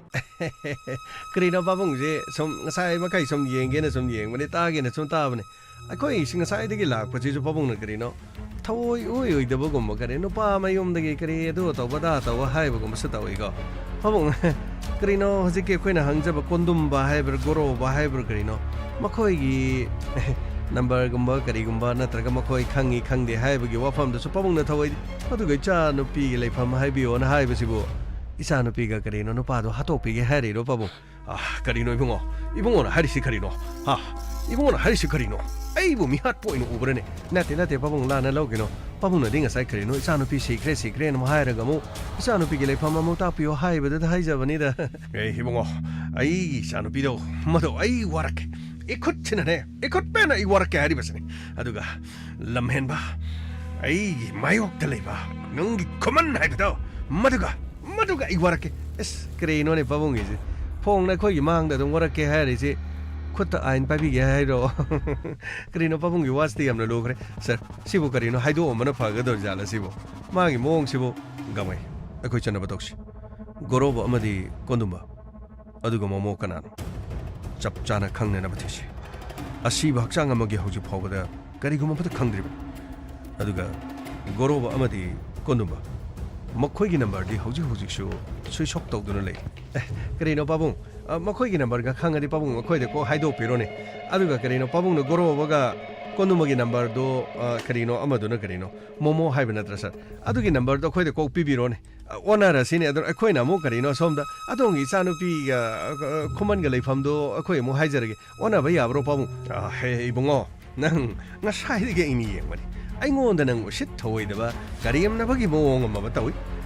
naron su khoi tak tawraga ngang di bo ngang aduga nang gi du usit thaba pabung karino waro bibe ade ko masi de ai masa gi na ai pok pode ge dum samai na som tawjarak pani pabung police te karino mi hat ke haina laksa banati ꯑꯩꯈꯣꯏꯗꯤ ꯑꯁꯤꯕ ꯑꯃ ꯐꯪꯕꯗꯨꯗ ꯑꯁꯤꯕꯗꯨ ꯀꯅꯥꯅꯣ ꯍꯥꯏꯕꯗꯨꯒꯤ ꯏꯃꯨꯡ ꯃꯅꯨꯡꯅ ꯋꯥꯔꯝꯒꯗꯕꯗꯣ ꯃꯗꯨ ꯃꯁꯛꯇꯣ ꯇꯥꯛꯆꯒꯦ ꯇꯧꯕꯅꯤꯗ ꯃꯗꯨ ꯈꯛꯇꯁꯨ ꯅꯠꯇꯕꯀꯣ ꯄꯥꯕꯨꯡ ꯑꯗꯣꯝꯒꯤ ꯏꯆꯥꯅꯨꯄꯤꯗꯁꯨ ꯒꯣꯔꯣꯕ ꯍꯥꯏꯕ ꯑꯃꯒ ꯀꯣꯟꯗꯨꯝꯕ ꯍꯥꯏꯕ ꯑꯃꯒ ꯋꯥꯔꯤ ꯁꯥꯟꯅꯕꯒꯤ ꯌꯥꯎꯔꯝꯕ ꯑꯗꯨꯒ ꯑꯃꯨꯛꯁꯨ ꯀꯔꯤꯅꯣ ꯃꯣꯃꯣ ꯀꯧꯕ ꯑꯃꯁꯨ ꯌꯥꯎꯔꯝꯕ ꯍꯥꯏꯕ ꯇꯥꯔꯦꯅꯦ ꯑꯗ ꯃꯈꯣꯏ ꯀꯔꯤꯅꯣ ꯁꯤꯔꯤꯕ ꯃꯤꯁꯤꯒ ꯃꯔꯤ ꯂꯩꯅꯔꯝꯒꯗ꯭ꯔꯥꯅ ꯃꯃꯥ ꯃꯄꯥꯗꯤ ꯀꯔꯤꯅꯣ ꯃꯆꯥ ꯁꯤꯔꯤꯕꯁꯤ ꯋꯥꯖꯔꯝꯒꯅꯤꯗꯅ 이봉아 마도 너코이 티로로 너코이는 소하유 야드라바니네 아이쇼 하이로로 가마이 쩌나바독시 바봉 아이코이 쩌쩌루기 와로 비비야디 학등에 코이나 바봉다 마탐시 망한자리 이마 아이코이 뭐 쩌쩌루기 이봉아 너코이 와로 비야디 이차는 비도 마코이 텍타 가이드는 레호 있고 이마 텍타 가이드는 막 능시잖아는 레호 이마 ꯍꯧꯖꯤꯛꯇꯤ ꯄꯨꯝꯅꯃꯛ ꯍꯧꯈ꯭ꯔꯦ ꯏꯆꯥ ꯋꯥꯔꯛꯄꯒꯤ ꯃꯇꯝ ꯑꯗꯨꯒ ꯏꯆꯥꯗ ꯆꯩꯕ ꯊꯥꯡꯕꯒꯤ ꯃꯇꯝ ꯍꯥꯏꯕ ꯑꯃꯅꯤ ꯍꯧꯖꯤꯛꯇꯤ ꯆꯦꯟ ꯆꯣꯡꯗꯨꯅ ꯑꯇꯣꯞꯄ ꯁꯥꯒꯩ ꯑꯃꯗ ꯇꯤꯟꯈ꯭ꯔꯕꯅꯤ ꯄꯥꯕꯨꯡ ꯑꯃꯗꯤ ꯃꯥꯅ ꯏꯆꯥꯅꯨꯄꯤꯕꯨ ꯐꯅꯌꯥꯝ ꯍꯥꯏꯗꯨꯅꯁꯨ ꯍꯧꯖꯤꯛꯇꯤ ꯃꯤꯒꯤ ꯍꯥꯏꯕꯗꯨ ꯑꯣꯏꯈ꯭ꯔꯕꯅꯤ ꯍꯣꯏ ꯃꯈꯣꯏꯕꯨ ꯂꯧꯁꯤꯟꯕꯤꯔꯒ ꯂꯧꯈꯠꯄꯤꯔꯕ ꯃꯇꯨꯡꯗ ꯃꯈꯣꯏꯅꯤꯕꯨ ꯑꯃꯨꯛ ꯌꯦꯡꯁꯤꯟꯕꯤꯕ ꯍꯥꯏꯕꯗꯨꯗꯤ ꯃꯃꯥ ꯃꯄꯥꯒꯤ ꯊꯧꯗꯥꯡ ꯑꯗꯨꯕꯨ ꯆꯠꯅꯕꯤꯒꯤ ꯋꯥꯡꯃꯅꯤ ꯙꯔꯃꯅ ꯌꯥꯗꯦ ꯁꯦꯡꯉꯤ ꯃꯥꯡꯉꯤ ꯑꯗꯣꯝꯗ ꯑꯣꯏꯔꯒꯗꯤ ꯏꯃꯥꯈꯣꯏꯒꯤ ꯑꯄꯥꯝꯕ ꯑꯩꯈꯣꯏꯒꯤꯗꯤ ꯀꯔꯤꯁꯨ ꯍꯥꯏꯖꯅꯤꯡꯉꯥꯏ ꯂꯩꯇꯦ ꯑꯗꯨꯕꯨ ꯏꯃꯥ ꯀꯔꯤꯝꯇ ꯋꯥꯕꯤꯔꯨ ꯏꯃꯥꯅ ꯋꯥꯖꯔꯤꯕ ꯑꯗꯣꯝꯒꯤ ꯏꯆꯥꯅꯨꯄꯤ ꯑꯗꯨꯒ ꯈꯨꯃꯟ ꯃꯈꯣꯏ ꯑꯅꯤ ꯌꯥꯝꯅ ꯍꯔꯥꯎ ꯅꯨꯡꯉꯥꯏꯅ ꯂꯩꯍꯧꯏ ꯑꯩꯈꯣꯏ ꯑꯃꯨꯛ ꯆꯠꯆꯔꯨꯈꯤ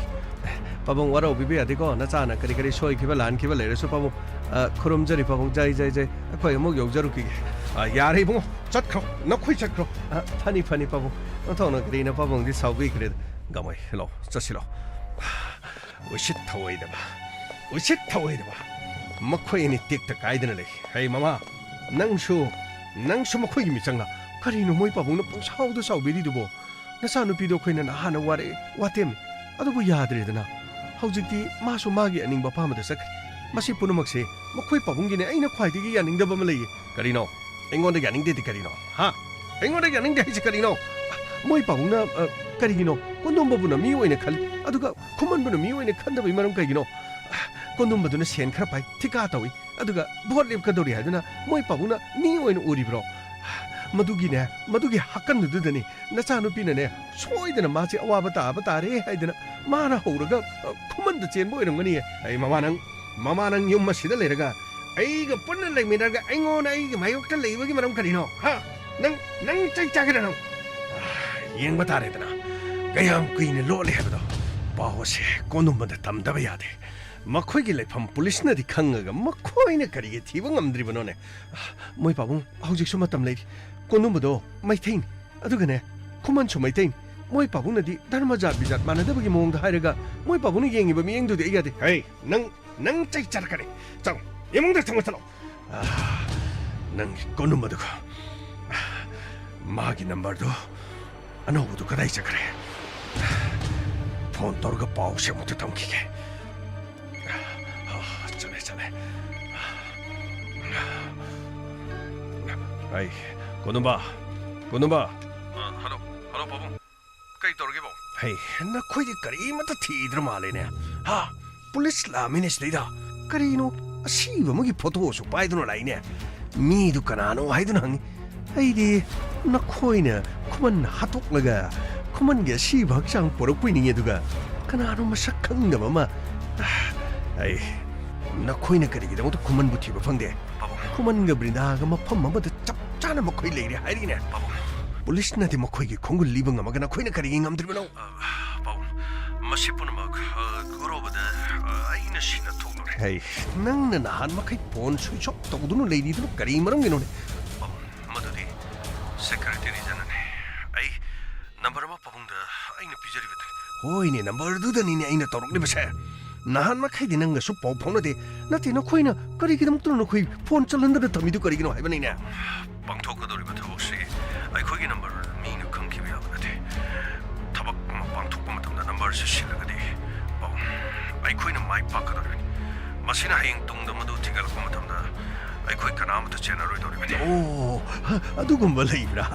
hey sheyong khomanga benda ga mafam amada leire hari basini aina makhoi gi leifamdo amuk tung ta o hairu babu ꯅꯪꯒꯤ ꯅꯝꯕꯔ ꯑꯗꯨꯒ ꯒꯣꯔꯣꯕꯒꯤ ꯅꯝꯕꯔ ꯄꯤꯌꯨ ꯍꯥꯏꯗꯅ ꯑꯗꯨꯒ ꯃꯣꯃꯣꯒꯤ ꯅꯠꯇꯦ ꯃꯣꯃꯣ ꯍꯥꯏꯁꯤꯅ ꯀꯅꯥꯅꯣꯅꯦ ꯄꯥꯕꯨꯡ ꯀꯔꯤꯅꯣꯅꯦ ꯅꯪꯅ ꯄꯥꯕꯨꯡ ꯍꯥꯏꯗꯅ ꯂꯩꯔꯤꯕꯗꯨ ꯀꯔꯤꯅꯣꯅꯦ ꯃꯣꯃꯣ ꯍꯥꯏꯔꯤꯁꯤ ꯀꯅꯥꯅꯣꯅꯦ ꯄꯥꯕꯨꯡ ꯃꯣꯃꯣ ꯍꯥꯏꯔꯤꯕꯗꯨ ꯒꯣꯔꯣꯕꯒꯤ ꯃꯤꯅꯤ ꯀꯔꯤꯅꯣꯅꯦ ꯒꯣꯔꯣꯕꯒꯤ ꯃꯤ ꯑꯗꯨꯗꯤ ꯃꯥꯗꯤ ꯀꯔꯤꯒꯤ ꯅꯝꯕꯔꯗꯨ ꯄꯥꯕꯨꯡ ꯃꯣꯃꯣ ꯍꯥꯏꯔꯤꯕꯗꯨ ꯅꯍꯥꯟꯗꯒꯤ ꯊꯤꯕ ꯈꯪꯂꯛꯇ꯭ꯔꯤꯕꯅꯤ ꯑꯗꯨꯒ ꯑꯁꯤꯕ ꯑꯃ ꯎꯠꯂꯝꯃꯤ ꯍꯥꯏꯔꯤꯕꯗꯨ ꯃꯈꯣꯏꯅ ꯍꯥꯏꯕꯗ ꯀꯔꯤꯅꯣꯅꯦ ꯄꯨꯈ꯭ꯔꯤ ꯑꯃꯒꯤ ꯃꯅꯨꯡꯗ ꯇꯥꯔꯒ ꯂꯩꯔꯝꯃꯤ ꯍꯥꯏꯕ꯭ꯔꯥ ꯀꯔꯤꯅꯣ ꯑꯗꯨꯒ ꯃꯥꯅ ꯍꯥꯏꯕꯁꯤ ꯃꯥꯒꯤ ꯐꯨꯔꯤꯠꯈꯥꯎꯗ ꯈꯨꯃꯟꯒꯤ ꯅꯝꯕꯔ ꯌꯥꯎꯔꯝꯃꯤ ꯍꯥꯏꯔꯤꯅꯦ ꯃꯁꯥꯗ ꯑꯥꯏꯗꯤ ꯀꯔꯤ ꯀꯔꯤ ꯑꯃꯠꯇꯁꯨ ꯌꯥꯎꯔꯝꯗꯦ ꯁꯨꯝꯅꯇꯪꯒꯤ ꯃꯥꯒꯤ ꯈꯨꯃꯟꯒꯤ ꯅꯝꯕꯔ ꯌꯥꯎꯔꯝꯃꯤ ꯍꯥꯏꯕꯗꯒꯤ ꯈꯨꯃꯟꯒꯤ ꯅꯝꯕꯔ ꯑꯗꯨ ꯀꯣꯏꯊꯤ ꯊꯤꯔꯒ ꯄꯨꯂꯤꯁꯅ ꯊꯤꯔꯨꯕꯗꯒꯤ ꯈꯨꯃꯟꯒ ꯕ꯭ꯔꯤꯟꯗꯥꯒꯤ ꯂꯩꯐꯝꯗꯨ ꯈꯪꯈꯤꯕꯅꯤ ꯍꯥꯏꯔꯤꯅꯦ ꯄꯥꯕꯨꯡ ꯑꯗꯨꯗꯤ ꯁꯣꯏꯗꯅꯃꯛꯀꯤ ꯑꯁꯤꯕꯗꯣ ꯃꯣꯃꯣꯒꯤ ꯁꯣꯏꯗꯅ ꯑꯣꯏꯔꯒꯅꯤ ꯄꯥꯕꯨꯡ ꯍꯩ ꯀꯔꯤꯅꯣꯅꯦ ꯑꯗꯨꯗꯤ ꯃꯥꯗꯤ ꯊꯕꯛ ꯑꯁꯤꯒ ꯀꯔꯤ ꯃꯔꯤ ꯂꯩꯅꯕ ꯅꯠꯇꯦ ꯃꯥ ꯁꯤꯔꯕꯅꯤ ꯀꯔꯤ ꯑꯗꯨꯗꯤ ꯀꯅꯥꯅ ꯍꯥꯠꯀꯗꯧꯔꯤꯕ ꯃꯥꯗꯤ ꯄꯥꯕꯨꯡ ꯑꯁꯦꯡꯕꯗꯤ ꯈꯪꯗ꯭ꯔꯤ ꯑꯗꯨꯕꯨ ꯃꯍꯥꯛ ꯁꯤꯔꯝꯂꯤꯕꯗꯨꯅꯗꯤ ꯃꯍꯥꯛꯄꯨ ꯈꯨꯃꯟꯒ ꯊꯦꯡꯅꯕꯗꯒꯤ ꯀꯔꯤ ꯈꯨꯃꯟꯅ ꯃꯥꯕꯨ ꯍꯥꯠꯇꯣꯛꯂꯒ ꯄꯨꯈ꯭ꯔꯤꯗꯨꯗ ꯅꯝꯁꯤꯟꯗꯨꯅ ꯊꯝꯂꯝꯂꯤꯕ ꯖꯥꯠꯂꯥ ꯈꯨꯃꯟꯅꯕꯨ ꯑꯗꯨꯗꯤ ꯃꯍꯥꯛ ꯒꯣꯔꯣꯕꯒꯤ ꯕꯥꯏꯛ ꯑꯃꯁꯨ ꯊꯧꯔꯒ ꯆꯠꯈꯤꯕꯅꯤ ꯍꯧꯖꯤꯛ ꯕꯥꯏꯛ ꯑꯗꯨꯗꯤ ꯄꯨꯂꯤꯁꯅ ꯑꯗꯨꯗꯤ ꯄꯨꯂꯤꯁꯅꯗꯤ ꯕꯥꯏꯛ ꯑꯃ ꯄꯜꯂꯝꯗꯦꯅ ꯑꯗꯨꯗꯤ ꯑꯩꯗꯤ ꯃꯈꯣꯏꯗꯁꯨ ꯍꯪꯍꯧꯗ꯭ꯔꯦ ꯄꯥꯕꯨꯡ ꯋꯥꯐꯝ ꯑꯁꯤ ꯑꯩ ꯒꯣꯔꯣꯕꯗ ꯄꯥꯎ ꯑꯃꯨꯛꯇꯪ ꯄꯤꯈꯤꯒꯦ ꯑꯗꯨꯒ ꯃꯍꯥꯛꯄꯨ ꯄꯨꯈ꯭ꯔꯤ ꯑꯗꯨꯗ ꯁꯤꯗꯨꯅ ꯂꯩꯔꯝꯃꯦ ꯍꯥꯏꯕ ꯃꯐꯝ ꯑꯗꯨꯒ ꯄꯥꯕꯨꯡ ꯃꯣꯃꯣꯒꯤ ꯏꯃꯨꯡ ꯃꯅꯨꯡꯗꯁꯨ ꯒꯣꯔꯣꯕꯅ ꯃꯣꯃꯣ ꯃꯥꯡꯈ꯭ꯔꯦ ꯈꯣꯡꯒꯨꯜ ꯈꯔ ꯂꯤꯌꯨ ꯍꯥꯏꯕꯗ ꯃꯣꯃꯣꯗꯨ ꯈꯔ ꯅꯤꯁꯥ ꯄꯨꯁꯥ ꯒꯨꯂꯤ ꯅꯝꯕꯔ 4 ꯆꯥꯏ ꯍꯥꯏꯗꯅ ꯏꯃꯨꯡ ꯃꯅꯨꯡꯅ ꯊꯤꯌꯨ ꯍꯥꯏꯕ ꯌꯥꯗꯦ ꯁꯤꯔꯁꯨ ꯁꯤꯖꯁꯅꯨ ꯍꯥꯏꯗꯅ ꯃꯈꯣꯏꯒꯤ ꯏꯃꯨꯡ ꯃꯅꯨꯡꯅ ꯍꯥꯏꯕꯁꯨ ꯂꯩꯔꯤꯕꯅꯤ ꯄꯥꯕꯨꯡ ꯉꯥꯏꯈꯣꯅꯦ ꯍꯦ ꯅꯪꯒꯤ ꯋꯥꯁꯤ ꯂꯨꯔꯤꯅꯦ ꯍꯦ ꯃꯥꯕꯨ ꯀꯅꯥꯅ ꯍꯥꯠꯀꯗꯧꯔꯤꯕꯅꯣꯅꯦ ꯈꯨꯃꯟꯅ ꯍꯥꯠꯄ ꯑꯣꯏꯔꯒꯗꯤ ꯃꯤ ꯍꯥꯠꯄꯒꯤ ꯃꯔꯥꯟꯗ ꯑꯗꯨꯗꯤ ꯄꯨꯂꯤꯁꯇ ꯈꯨꯃꯟꯅ ꯃꯣꯃꯣ ꯍꯥꯠꯂꯤ ꯍꯥꯏꯕꯗꯨ ꯑꯩꯈꯣꯏꯅ ꯄ꯭ꯔꯨꯐ ꯄꯤꯕ ꯉꯝꯃꯗꯤ ꯄꯨꯂꯤꯁꯅ ꯃꯥꯒꯤ ꯂꯩꯐꯝ ꯈꯪꯕꯅꯤꯅ ꯃꯍꯥꯛꯄꯨ ꯁꯣꯏꯗꯅ ꯐꯥꯔꯛꯄꯁꯨ ꯌꯥꯏ ꯑꯗꯨ ꯑꯣꯏꯔꯕꯗꯤ ꯃꯍꯥꯛ ꯐꯥꯔꯕꯗꯤ ꯃꯍꯥꯛ ꯖꯦꯜꯗ ꯑꯗꯨꯗꯒꯤꯗꯤ ꯏꯆꯥꯅꯨꯄꯤ ꯕ꯭ꯔꯤꯟꯗꯥ ꯌꯨꯝꯗ ꯍꯜꯂꯛꯄ ꯑꯗꯨꯗꯤ ꯄ꯭ꯂꯥꯟꯁꯤ ꯃꯥꯏ ꯄꯥꯛꯀꯗꯧꯔꯤꯅꯦ ꯃꯗꯨ ꯅꯠꯇꯕꯤꯗ ꯑꯩꯈꯣꯏꯅ ꯍꯥꯠꯂꯤꯕꯗꯨ ꯃꯉꯣꯟꯗ ꯃꯔꯥꯜ ꯁꯤꯕ ꯉꯝꯗꯗꯅ ꯑꯣꯟꯈꯠꯂꯒ ꯑꯩꯈꯣꯏꯗ ꯑꯣꯏꯅ ꯆꯥꯔꯖ ꯇꯧꯔꯛꯂꯕꯗꯤ ꯀꯔꯤꯅꯣꯅꯦ ꯍꯥꯏꯁꯤꯕꯣ ꯑꯗꯨ ꯑꯣꯏꯕ ꯌꯥꯕ꯭ꯔꯥꯅꯦ ꯐꯣꯟꯗꯣ ꯑꯃꯨꯛꯇꯪ ꯊꯝꯖꯈꯤꯒꯦ ꯑꯩ ꯒꯣꯔꯣꯕꯗ ꯄꯥꯎ ꯄꯤꯒꯦ ꯃꯈꯣꯏꯒꯤ ꯂꯩꯐꯝ ꯄꯨꯂꯤꯁꯅ ꯈꯪꯉꯦ ꯍꯥꯏꯔꯕꯅꯤ나 ꯑꯩꯈꯣꯏꯅꯁꯨ ꯌꯥꯡꯁꯤꯟꯅ ꯃꯈꯣꯏꯕꯨ ꯊꯤꯔꯒ ꯀꯔꯤ ꯇꯧꯒꯗꯒꯦ ꯍꯥꯏꯕꯗꯨ ꯌꯦꯡꯒꯦ ꯅꯈꯣꯏꯅꯅꯦ ꯃꯥꯏ ꯄꯥꯛꯅꯕ ꯍꯣꯠꯅꯧ ꯑꯆꯪꯕ ꯁꯦꯟꯐꯝ ꯄꯨꯝꯅꯃꯛ ꯏꯄꯥ ꯂꯣꯏꯅ ꯄꯨꯊꯣꯛꯀꯅꯤ ꯅꯪꯒꯤ ꯈꯨꯃꯟ ꯍꯥꯏꯔꯤꯕ ꯃꯍꯥꯛ ꯃꯈꯣꯡ ꯃꯈꯨꯠ ꯊꯨꯗꯦꯛꯂꯦ ꯍꯥꯏꯔꯒ ꯑꯩꯈꯣꯏꯅ ꯀꯔꯤ ꯇꯧꯕ ꯉꯝꯃꯤ ꯍꯥꯏꯕꯗꯨ ꯑꯃꯨꯛꯇꯪ ꯎꯠꯄꯗꯨꯅꯦ ꯑꯩꯅ ꯄꯥꯝꯂꯤꯕ ꯑꯩꯈꯣꯏꯅ ꯃꯍꯥꯛꯄꯨ ꯐꯥꯔꯒ ꯐꯨꯔꯒ ꯍꯨꯟꯗꯣꯛꯂꯝꯕꯗꯨꯗꯤ ꯑꯩꯈꯣꯏꯅꯅꯦ ꯁꯣꯏꯗꯅ ꯍꯥꯏꯔꯅꯤ ꯑꯩꯈꯣꯏꯅꯅꯦ ꯍꯥꯏꯔꯗꯤ ꯍꯧꯖꯤꯛ ꯑꯣꯏꯔꯤꯕ ꯏꯔꯥꯡ ꯑꯁꯤꯗ ꯑꯩꯈꯣꯏꯗ ꯆꯤꯡꯅꯔꯛꯀꯅꯤ ꯄꯨꯂꯤꯁꯅ ꯈꯨꯗꯣꯡꯆꯥꯕ ꯂꯧꯈꯤꯅꯤ ꯑꯗꯨꯗꯤ ꯀꯔꯤꯅꯣꯅꯦ ꯇꯧꯒꯗꯧꯔꯤꯁꯦ ꯀꯔꯤꯅೋ ꯃꯥꯅ ꯉꯝꯍꯟꯒꯗꯧꯔꯤꯕ꯭ꯔꯣ ꯃꯣꯃꯣ ꯐꯪꯉꯤ ꯃꯍꯥꯛꯅ ꯃꯊꯪ ꯃꯍꯥꯛꯅ ꯁꯨꯝ ꯇꯧꯔꯛꯄꯗ ꯑꯩꯈꯣꯏ ꯌꯦꯡꯗꯨꯅ ꯂꯩꯒꯗꯧꯔꯤꯕ꯭ꯔꯣ ꯄꯥꯕꯨꯡ ꯒꯣꯔꯣꯕꯒ ꯑꯩ ꯀꯔꯤ ꯇꯧꯕ ꯌꯥꯕꯒꯦ ꯍꯥꯏꯕꯗꯨ ꯌꯦꯡꯒꯦ ꯃꯍꯥꯛꯅ ꯀꯔꯤꯒꯨꯝꯕ ꯑꯋꯥꯡꯈꯨꯜꯗ ꯂꯩꯔꯝꯕ ꯇꯥꯔꯒꯗꯤ ꯆꯞ ꯆꯥꯕ ꯂꯃꯟ ꯈꯨꯝꯅꯕ ꯁꯦꯝ ꯁꯥꯒꯦ ꯃꯍꯥꯛꯄꯨ ꯍꯨꯟꯗꯣꯛꯂꯝꯕꯅꯗꯤ ꯍꯥꯠꯂꯒ ꯀꯣꯝ ꯑꯃꯗ ꯐꯨꯝꯖꯤꯜꯂꯒ ꯃꯍꯥꯛꯄꯨ ꯊꯝꯕꯗꯨꯅꯤ ꯃꯗꯨꯃꯛ ꯇꯧꯔꯣꯀꯣ ꯄꯥꯒꯤꯕꯨꯡꯉꯣ ꯑꯩ ꯂꯩꯔꯤ ꯅꯪꯒꯤꯗꯃꯛ ꯑꯩ ꯂꯩꯔꯤ ꯍꯥꯏꯔꯤꯕꯁꯤꯅꯤ ꯅꯪ ꯀꯔꯤꯃꯠꯇ ꯅꯤꯡꯍꯟꯅꯒꯅꯨ ꯄꯥꯕꯨꯡ ꯄꯥꯕꯨꯡꯒꯤ ꯄꯨꯛꯅꯤꯡ ꯑꯩ ꯄꯨꯝꯅꯃꯛ ꯈꯪꯖꯩ ꯄꯥꯕꯨꯡ ꯑꯩ ꯀꯔꯤ ꯄ꯭ꯂꯥꯟ ꯇꯧꯒꯗꯒꯦ ꯍꯥꯏꯕꯗꯨ ꯃꯈꯥ ꯇꯥꯅ ꯑꯃꯨꯛꯇ ꯈꯟꯖꯈꯤꯒꯦ ꯑꯩ ꯐꯣꯟ ꯑꯃꯨꯛꯇ ꯊꯝꯖꯒꯦ ꯄꯥꯕꯨꯡ ꯐꯔꯦ ꯊꯝꯃꯣ ꯌꯥꯔꯦ ꯈꯪꯉꯤꯗꯅ ꯃꯣꯃꯣꯕꯨ ꯃꯥꯅ ꯍꯥꯠꯂꯤ ꯍꯥꯏꯕ ꯃꯔꯥꯜꯗ ꯄꯨꯂꯤꯁꯇ ꯆꯞ ꯆꯥꯕ ꯔꯤꯄꯣꯔꯠ ꯑꯃ ꯄꯨꯊꯣꯛꯄ ꯉꯝꯂꯕꯗꯤ ꯄꯨꯝꯅꯃꯛꯁꯤꯡ ꯑꯁꯤ ꯋꯥꯅꯗ꯭ꯔꯕꯁꯨ ꯑꯩꯅ ꯅꯤꯡꯖꯔꯛꯄ ꯑꯩꯒꯤ ꯃꯪꯂꯥꯟ ꯄꯨꯝꯅꯃꯛ ꯀꯥꯏꯍꯟꯒꯗꯧꯕꯒꯤ ꯃꯍꯥꯛꯅ ꯃꯊꯪ ꯁꯤꯜꯂꯛꯄ ꯍꯧꯖꯤꯛꯇꯤ ꯑꯩꯒꯤ ꯃꯇꯝ ꯑꯃꯨꯛ ꯂꯥꯛꯄ ꯇꯥꯕꯅꯤꯗꯅ ꯌꯦꯡꯕ ꯇꯥꯔꯦ ꯅꯪꯅ ꯀꯔꯤ ꯇꯧꯕ ꯉꯝꯃꯤ ꯍꯥꯏꯕꯗꯣ ꯑꯋꯥꯡꯈꯨꯜ ꯍꯥꯏꯕ ꯃꯐꯝ ꯑꯗꯨꯗ ꯁꯣꯏꯗꯅ ꯂꯩꯔꯝꯕ ꯇꯥꯏ पुलिसनदी मफम अदु पुथोकपं ngамलगा मखोइनदी पुथोकपं ngam बोइरासन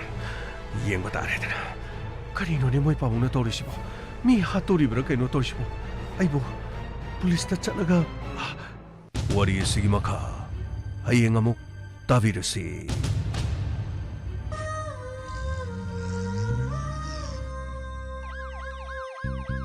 Lakle Inspector Tayai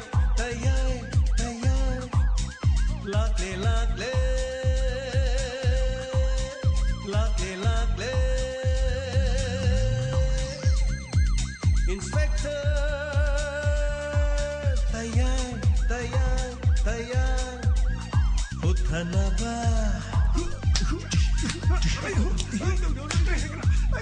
Kanbinaba. Thank you, sir. Welcome. Uthanaba. Kanbinaba. Inspector. Tayai. Lakle. Inspector. Tayai.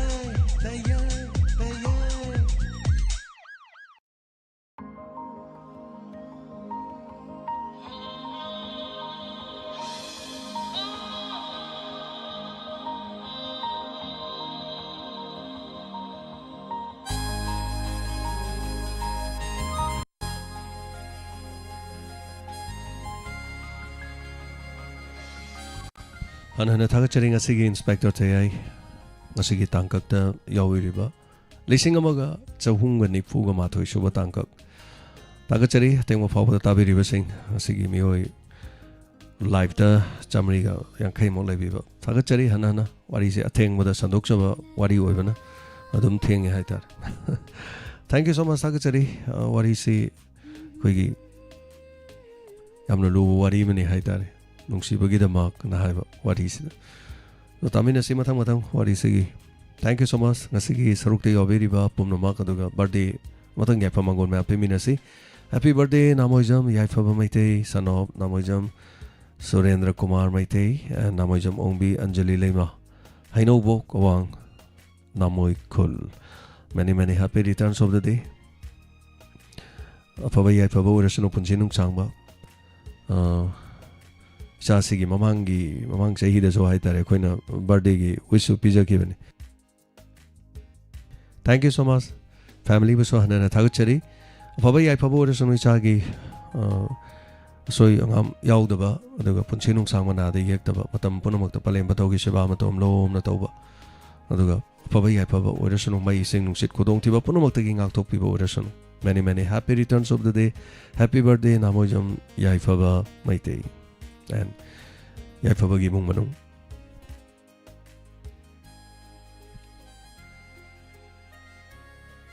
Tagachari pomnamak yaubiriba sing sanjamram tomishana ngasi wari fazena takpirakpa sarjayanta Tagachari matum langlembi live yaubirakpa Tagachari ibeman ningthaukhong Tagachari ngasigi NUNGSHIBAGEEDAMAK 3 ega gopan Tagachari aduga Helen Marangkano, Tagachari, Torem Dhamen, Gopal Yamna, Harauganu, Akon with the Chailakani. Hoi, Tagachari. Sergeant Tagachari, what is the period of message looks in with the Mampunamak? Tapiri, investigation, me must say give investigation the gay monkey, Mamachan, Nupigi, Kongulira, Matang, Loitoloku to get investigation, a mitre. What is the Amnungshiba coming ba, Adumaki Kahani, Yawa, what is in a Teduka, thrilling or in a highter. Some action no in some toba ipapa kat pa haitare ko anyway Tagachari pomnamapu hanana sarjenta Tagachari Laishram Radha Tagachari Sanjarbam Tomishana Tagachari Sakuntala Maibam live yaubibagidamak Tagachari wari yam nungai na takpirakpa Tagachari Sanjoy Pangabam Tagachari aduga mem Chaubi Kamong Tagachari hayeng among ngairamge na takpire Tagachari ma'am kitang amuk songang kacharake hayang namuk kitang among ganna bahona jarake Roya Sharma Tagachari live yawa nang hodre so idana live yawa nang hodre so muk singkhala tabiyo Razauddin Khan Tagachari lohening da changna loikre wari tangkaksina na tapire hoi upai legide adum sanabada tasalai je adum bera leire ni haitar wari se adu telephonic kano goma sabase khut yam chang ye haitar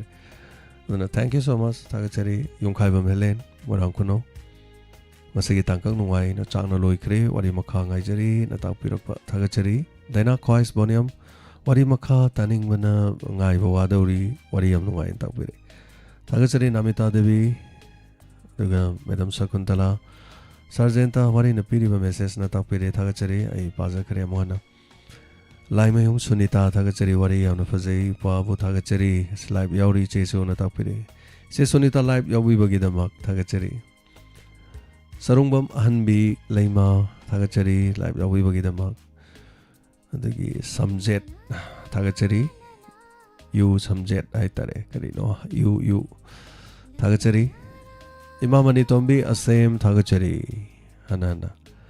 nungai ji live yawi bagidamak aitare ko thank you so much aduga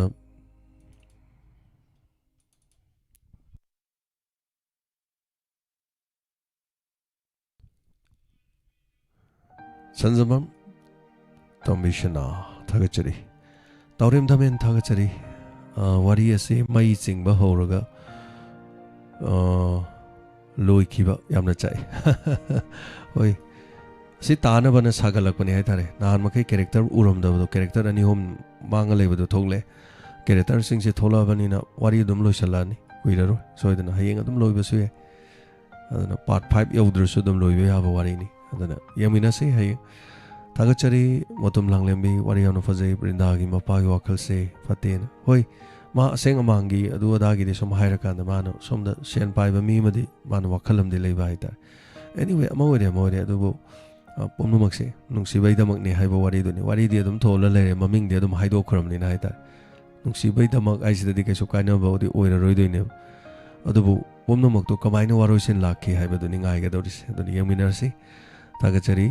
khara action do wari ni na khara bet berang khara yaw bai tare thagachari police investigation khuto do doiwan aduna thagachari motom langlembi adugi chesonita wari fazai tak pirak pa thagachari punamak birthday gi apa mangon pibirak pasing thagachari aduga dilip maitei thagachari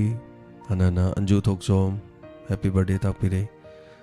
thagachari sarjenta comment masing langam dana pibirak pa thagachari sakuntala maibam hanadi adum live se dum yawbi bani phariam thengaso adu nahan khaide dum tumthaki ba nai handak marak di live se khara yawbi dre ado hanadagi sandokpagi chang haitare baro makhai sandokpu ngamda ba haitare khoi gi thabak na yadaba ado mayam dum honajarake tamna kitang dum ngangkhalang na honajarake thagachari radha laisram radha wari fajakre hayeng ngajari pukhri dagi sina phangki badudi khangjare do kanana haliba yes thagachari hanana daga todam asha kumar thagachari nice story thank you so much tapire your priceless gift daga may god bless you more and more tapire thagachari sir todam asha kumar thank you so much yo biriba aso konthok jam thagachari wari fazai nungai na tapirakpa thank you so much madam binodani wari nungai na takpirakpa thagachari madam lalita namairapam ngasigi wari fazai dialogue acting tawwa top amagun na takpire thank you so much madam mayam thagat pi appreciation haitare sisu dum koi nungai jari ni side yungkai ba melen thagachari anana nai yaudo boy na takpire mayam punama loina mak nungai pa boy minasi madam binodani badi ge pa mangol pe birak pa sakhi thingbai jam nang hodre na takpire so idena singhalaga tabigu hanagi te taramba mi singdo adumak yau ngamdrasu akhoi mi lising konama kundra amadu yauradi yare thagachari tayai gi investigation ya fajakre na sakhi yumnam ima sakhi thagachari laisam radha thagachari brinda gi mama no wajari ba chomani anju thoksom soidena tabisi rina hidam thagachari ponuma yawiri basing lata yengkom thagachari asok thagachari dorendro thagachari wari se yam fazai tapirakpa dorendro yumnam razaudin thagachari ngasi nang ngaling ngarang dagi takpire madam mem chowi ngarang yam thengi asidi kharabung ngalle tagachari crime report chui hamna nungai ki na takpire beman devi tagachari asidi tagachari live phangjare yawba na takpire thank you so much crime report ki saruk si sunungai takpire thank you mayam panamak losinjage bomesori kangabam tagachari atayengkom ranjita ngangom tagachari khorana ngaijari makhan thank you mayam ngaibiu somendro kontok jam somendro ngasi live yawbire tabana ngodre na takpire tagachari ranjita mayam punamak tagachari losinjage matamna sum thengjalak panin aduga tagachari facebook live te lebiri basing maman yam laba haibatai yawbiri bas punchi baite lovely sagol sem thank you so much YouTube te lebiri ba radio ta tabiri ba pomnoma imango bi tagachari punamak yawbiri ba Helen Beman ningthokong tagachari Beman ani sore Beman ani thangnare thank you so much afaba yai phaba puno oiminarasi ngasigi wari sigi hayeng aroi ba saruk soindro oiraba yai ngai minarasi taminarasi ngasi tekta kaidana thengnari ba sugum hayeng so tekta kaidana thengna minarasi radio da sanduk sari ba 90.0 gi thoro matang se loisinjare ice com no makhata na do mak sanduk sakigani puno mapui kai khumnajari matam puno makta afaba yai phaba oiminarasi tagachari bombom waribam ronita puno mak tagachari pabachi tharsunga pegani lata yengkom imalebana yai fari khurumjari